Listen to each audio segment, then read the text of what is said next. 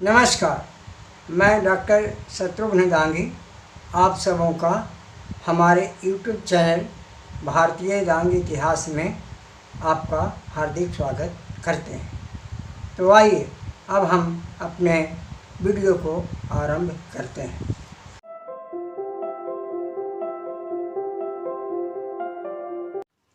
आज का विषय है भारतीय संस्कृति और शिक्षा।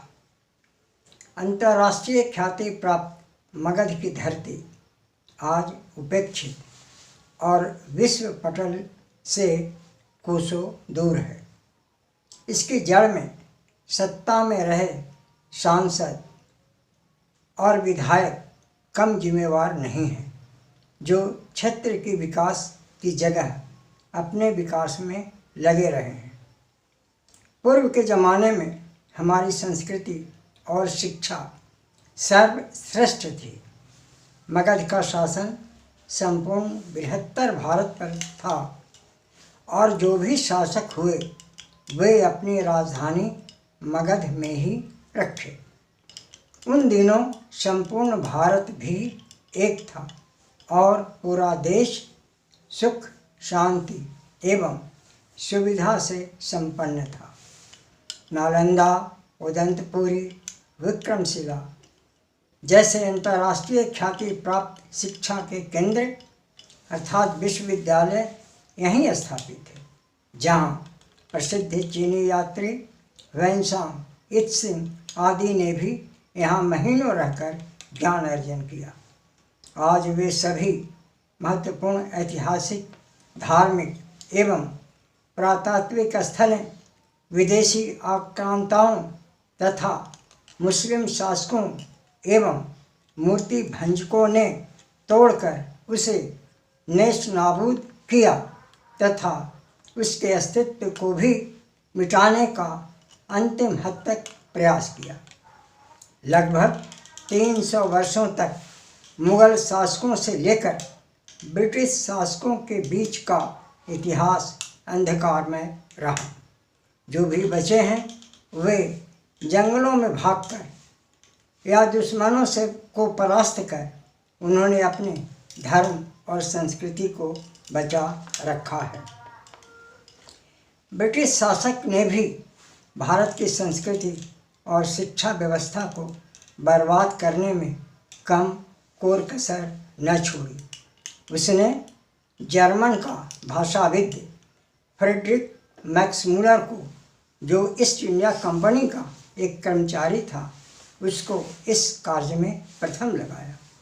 वह संस्कृत, ग्रीक, लैटिन, अरबी तथा फारसी का जानकार था। उसने अपने संस्कृत ऋग्वेद का प्रथम अंग्रेजी में अनुवाद किया, जिसे ऑक्सफोर्ड विश्वविद्यालय में उसका मुद्रण हुआ। मैक्स मूलर ऑक्सफोर्ड विश्वविद्यालय में यूरोपीय भाषा का प्रोफेसर की नौकरी भी करता था। अंग्रेज़ों ने इसे भारत में ब्रिटिश राज्य तथा ईसाईयत कायम करने के लिए उसे आर्थिक प्रलोभन देकर उपयोग किया था। वह भारत आने वाले अंग्रेज अधिकारियों को भारत के प्राचीन धर्म और संस्कृति के विरोधी व्याख्यान देकर तथा चारों वेदों का अंग्रेजी में अप्रामाणिक भ्रांति भरा भाष्य व अनुवाद कर उसे सरकारी सहायता से प्रकाशित करवाता था। उसने स्वामी दयानंद सरस्वती के ऋग्वेद का संस्कृत में प्रामाणिक भाष्य पर गलत टिप्पणी देकर उन्हें नीचा दिखाने का भरसक प्रयास किया था। उसने कहा था कि दयानंद जो ऋग्वेद का संस्कृत में भाष्य किया है, उनके समूचे साहित्य में ऐसा कुछ नहीं है जिसे मौलिक कहा जा सके, सिवा इसके कि उन्होंने वैदिक शब्दों और वाक्यों के कुछ विचित्र अर्थ किए हैं। वास्तविकता तो यह है कि अब विश्व मान चुका है कि वैदिक ग्रंथ ही विश्व का सर्व प्राचीन ग्रंथ है और जितने भी वेदों का दूसरे भाषाओं में अनुवाद हुआ है उनमें सर्वमान्य भाष्य दयानंद सरस्वती जी रचित ऋग्वेदादि भाष्य ही ग्रंथ प्रमाणिक माना गया है। मैक्स मुलर ने भी जीवन के अंतिम वर्षों में दयानंद के भाष्य से प्रभावित हुआ और भारत की भारतीयता तथा भारत का वह फिर प्रशंसक बन गया था, जबकि वह अपने जीवन काल में कभी भी भारत नहीं आया। अंग्रेज अब समझ चुके थे कि विश्व को किसी देश से चुनौती मिल सकती है तो वह है देश भारत। इसलिए उसने भारत पर शिक्षा नीति के तहत अंग्रेजी को थोपा।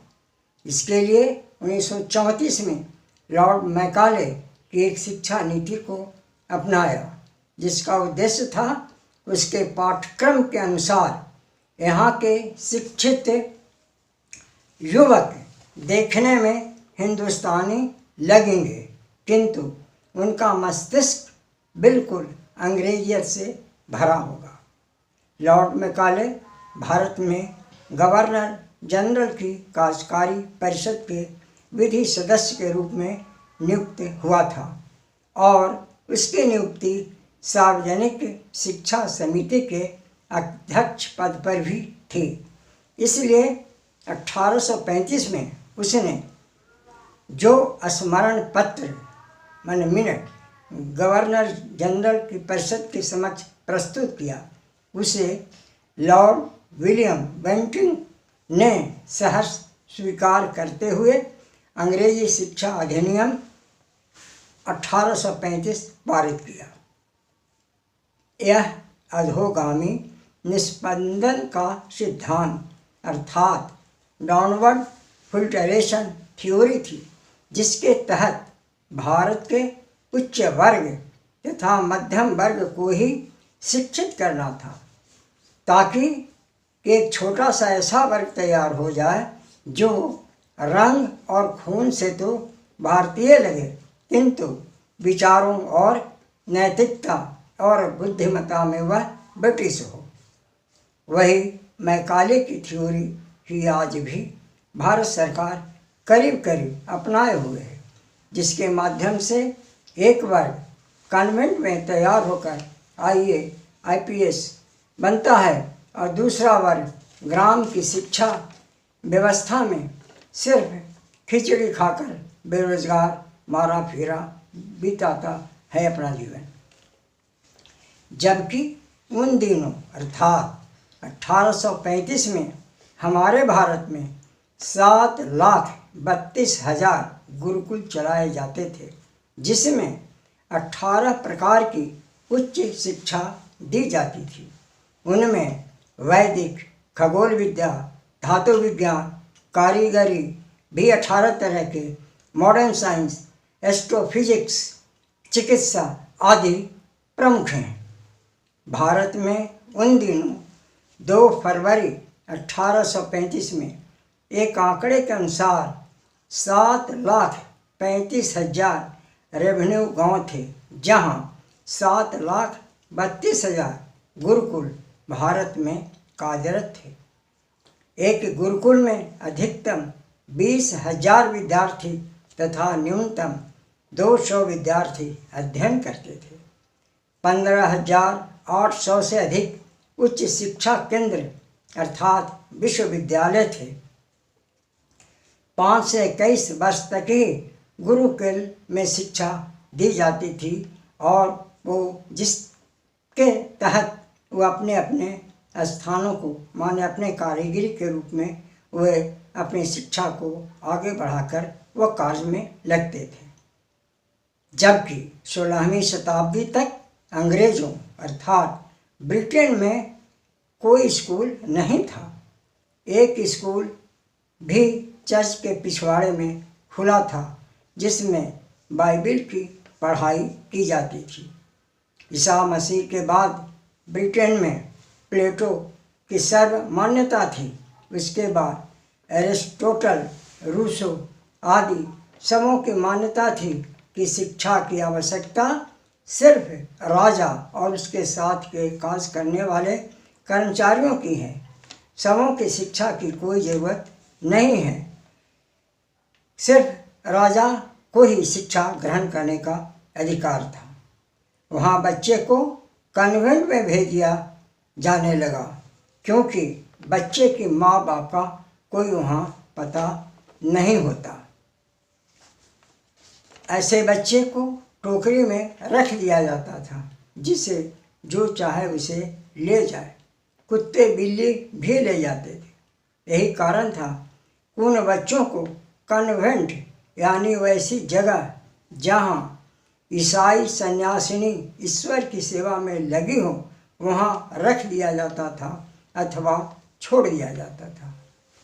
क्योंकि उनके बच्चों की असली माँ बाप का पता नहीं होता, इस कारण कन्वेंट के बच्चे पुरुष शिक्षा को फादर और महिला शिक्षिका को मदर कहते थे। कम उम्र वाली को सिस्टर तथा कम उम्र वाले शिक्षक को ब्रदर कहने का प्रचलन हुआ। वही आज स्वतंत्र भारत के कन्वेंट के छात्र छात्राओं को भी फादर मदर सिस्टर ब्रदर कहने की ही परिपाटी है। और हम अपने बच्चे को इसी संस्कृति के तहत बड़े गर्व से कहते हैं कि हमारे सभी बच्चे कन्वेंट में पढ़ते हैं, अर्थात इनके माँ बाप का कोई ठिकाना नहीं है। इतना ही नहीं, हम अपने बच्चे को घर में बड़े शान के साथ पिता को कहने के लिए डैडी और माता के लिए मम्मी सिखाते हैं, किंतु इनके शब्दार्थ का विश्लेषण आप पढ़े लिखे लोग स्वयं करेंगे तो आप इसका अर्थ सही समझ जाएंगे। ये सभी अपसंस्कृति का परिचायक है। हम अपने बच्चों को हमारे भारत की शिक्षा नीति की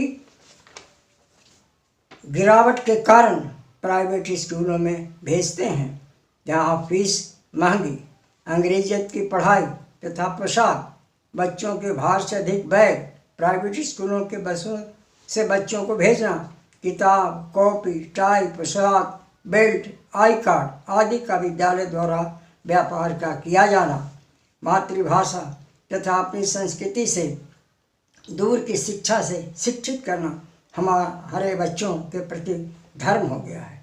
यह सब सरकार की दोरंगी नीति का परिचायक है। एक और CBSE, NCERT, सैन्य विद्यालय, नवोदय विद्यालय, अल्पसंख्यक विद्यालय, बुनियादी विद्यालय, तरह तरह के विद्यालयों के माध्यम से शिक्षा देने की व्यवस्था मेकालय की सोच की ही तरह आज भी भारत में चरितार्थ किया जा रहा है। यही कारण है कि आज हमारे देश में हमारी प्राचीन शिक्षा पद्धति, संस्कृति, इतिहास और विज्ञान को दरकिनार किए जाने से आज हम ईसा पूर्व 3री शताब्दी के अशोककालीन प्लास्टर को भी नहीं जान पाए हैं और न तो हजारों वर्षों की शैल चित्र, हेमाटाइट पेंटिंग्स आदि की जानकारी प्राप्त किए हैं। मेहराबली सदृश बिना जंग लगने वाली स्तंभ का भी हम निर्माण नहीं कर पाए हैं। बस आज इतना ही। अगले एपिसोड में और भी नई जानकारी आप प्राप्त करेंगे। धन्यवाद।